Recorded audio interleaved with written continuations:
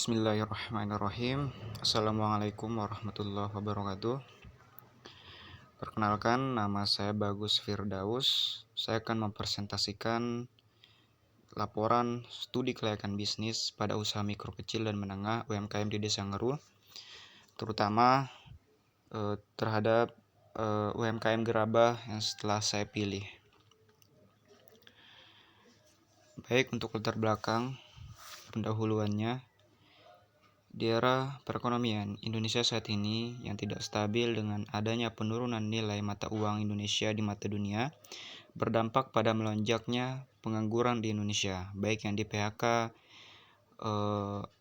PHK oleh perbisnisan maupun pengangguran terdidik yang belum mendapatkan pekerjaan.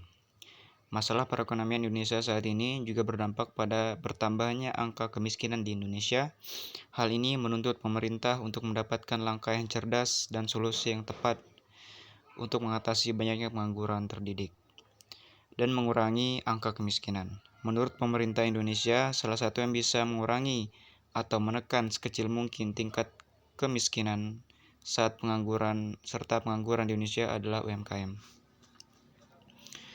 Kemudian langsung saja kita beranjak kepada rumusan masalah. Yang pertama, bagaimana tingkat kelayakan bisnis pada UMKM di Desa Ngeru ditinjau dari berbagai aspek non-keuangan. Kemudian, bagaimana tingkat kelayakan bisnis pada UMKM di Desa Ngeru apabila ditinjau dari berbagai aspek keuangan. Kemudian tujuan, berdasarkan latar belakang dan rumusan masalah di atas, maka penilaian ini mempunyai tujuan sebagai berikut. Yang pertama, untuk mengetahui dan menganalisis tingkat kelayakan bisnis pada UMKM di Desa Ngeru jika ditinjau dari aspek non-keuangan. Kemudian, untuk mengetahui dan menganalisis tingkat kelayakan bisnis pada UMKM di Desa Ngeru apabila ditinjau dari aspek keuangan. Kemudian, secara singkat saya akan menjelaskan tentang pengertian studi kelayakan bisnis. Studi kelayakan bisnis adalah sebuah studi untuk mengkaji secara komprehensif dan mendalam terhadap kelayakan sebuah usaha. Layak atau tidak layak dijalankan sebuah usaha merujuk pada hasil perbandingan semua faktor ekonomi yang akan dialokasikan ke dalam usaha dan bisnis dengan hasil pengembaliannya yang akan diperoleh dalam jangka waktu tertentu. Kemudian yang kedua, manfaat studi kelayakan bisnis.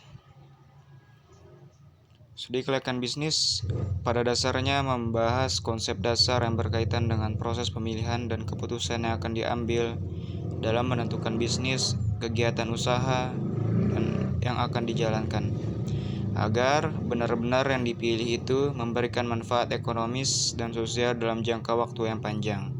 Hasil studi kelayakan bisnis ini bermanfaat untuk merintis bisnis usaha baru, meningkatkan bisnis usaha yang sudah ada, memilih bisnis usaha yang menguntungkan untuk investasi, memastikan pilihan yang tepat. Kemudian setelah pembahasan mengenai yang di atas, kita akan beralih kepada aspek-aspek studi kelayakan bisnis. Yang pertama, aspek hukum yuridis, yaitu aspek yang digunakan untuk melihat kelayakan usaha dari segi perizinan atau pemerintah setempat. Kemudian aspek pasar atau pemasaran, yaitu analisis aspek pasar dan pemasaran bertujuan untuk memahami berapa besar potensi pasar yang tersedia, berapa bagian yang dapat diraih oleh perusahaan atau usaha yang diusulkan, serta strategi pemasaran direncanakan untuk memperebutkan konsumen. Kemudian aspek teknis, yaitu berkenaan dengan proses pengembangan proyek serta teknis dan pengorganisasiannya setelah proyek tersebut selesai dibangun. Aspek teknis berkaitan dengan pemilihan lokasi proyek, jenis mesin, atau peralatan lainnya. Kemudian ada aspek SDM. Perencanaan tenaga kerja merupakan suatu cara untuk menetapkan keperluan mengenai tenaga kerja suatu periode tertentu. Perencanaan ini dimaksudkan agar perusahaan dapat terhindar dari kelangkaan SDM pada saat dibutuhkan maupun kelebihannya SDM pada saat kurang.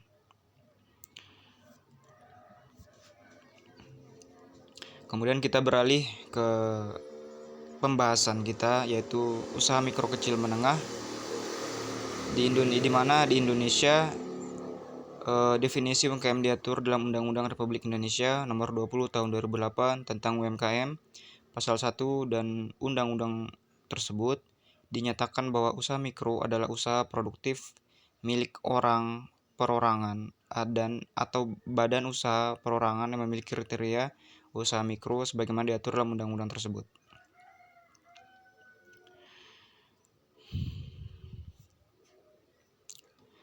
Kemudian karakteristik UMKM. Menurut Undang-Undang Nomor 20 Tahun 2008, UMKM memiliki kriteria sebagai berikut. Yang pertama, usaha mikro, yaitu usaha produktif milik orang perorangan atau badan usaha milik perorangan yang memenuhi kriteria, yaitu memiliki kekayaan paling bersih atau banyak 50 juta, tidak termasuk tanah dan bangunan, tempat usaha dan memiliki hasil penjualan tahunan paling banyak 30 juta rupiah. Yang kedua, usaha kecil, yaitu usaha ekonomis produktif yang berdiri sendiri yang dilakukan oleh orang perorangan atau badan usaha yang bukan merupakan anak perusahaan.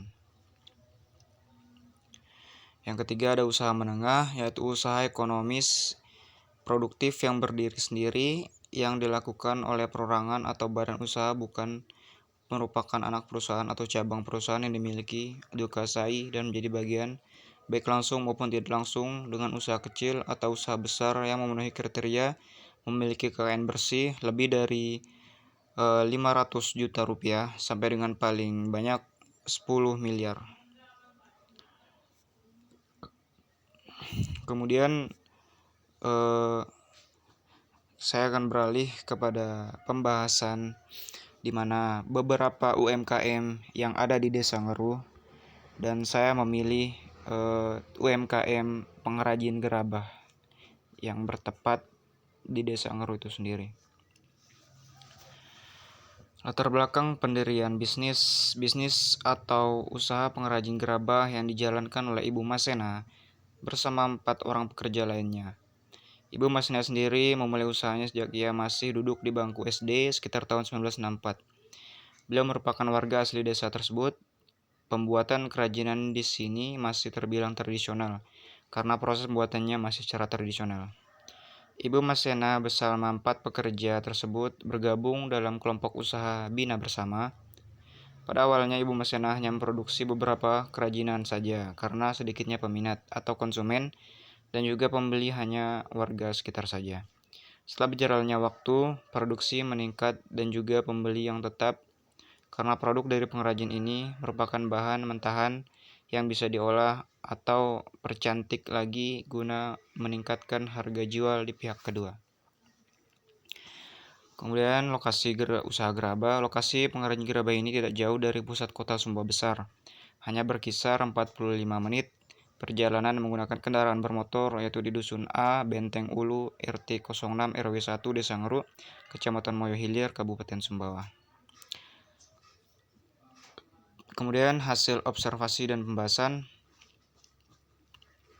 Hasil observasi yang diperoleh dari wawancara yang telah saya lakukan dengan narasumber Ibu Masena sendiri yang berkaitan dengan studi kelayakan bisnis usaha mikro kecil menengah pembuatan gerabah di Desa Ngeruh dari berbagai aspek studi kelayakan bisnis. Yang pertama, aspek hukum yuridis. Perizinan untuk usaha sudah dimiliki oleh UMKM ini dikarenakan mereka juga mengikuti pelatihan di organisasi Bina Bersama yang dimana merupakan kelompok UMKM yang dibentuk oleh pemerintah setempat. Yang kedua, aspek pasar dan pemasaran. Bentuk pasar UMKM di Desa Ngeruh ini adalah pasar persaingan sempurna. Karena pasar persaingan sempurna adalah pasar yang memiliki sebuah mobilitas yang sempurna dari sumber daya yang ada, serta dilengkapi oleh pengetahuan yang baik dari penjual dan pembeli. Sehingga hasil dari interaksi tersebut yang berupa harga pasar benar-benar real dari interaksi antara keduanya. Selain itu, pasar persaingan sempurna bisa didefinisikan sebagai penjual dan pembeli bebas mengadakan perjanjian ataupun transaksi tanpa harus ada campur tangan pemerintah, sehingga warga yang terbentuk benar-benar hasil dari interaksi antara keduanya.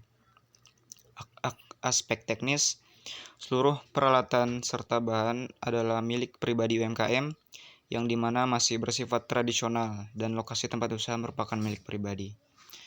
Kemudian selanjutnya aspek SDM, tenaga kerja yang bekerja di pengrajin gerabah tersebut adalah terstruktur dan penempatan pekerjaannya sudah sesuai dengan keahlian masing-masing. Kemudian aspek lingkungan hidup, dari usaha gerabah ini ditemukan adanya pencemaran udara karena proses tahapan akhir pembuatan gerabah, yakni dari pembakaran gerabah. Kemudian ada aspek keuangan, penganggaran dan perencanaan keuangan gerabah ini sudah dengan baik. Modal yang dikeluarkan lebih sedikit daripada pendapatan yang didapatkan. Kemudian hasil dari observasi yang saya lakukan pada usaha pengrajin gerabah di Desa Ngeruk, Kecamatan Moyo Hilir, hampir semua aspek studi kelayakan bisnis sudah cukup baik, mulai dari aspek pasar dan pemasaran, aspek teknis, aspek hukum dan SDM, dan aspek keuangan. Tetapi pada aspek lingkungan hidup masih belum baik, dikarenakan masih terjadinya pencemaran udara yang diakibatkan dari tahap akhir proses pembuatan gerabah, yaitu pencemaran udara yang ditimbulkan dari asap pembakaran gerabah. Jadi mungkin itu saja yang dapat saya sampaikan atas tugas studi kelayakan bisnis ini. Lebih kurangnya saya mohon maaf. Saya Bagus Firdaus dari kelas studi kelayakan bisnis undur diri. Wabillahi taufiq wal hidayah. Assalamualaikum warahmatullahi wabarakatuh.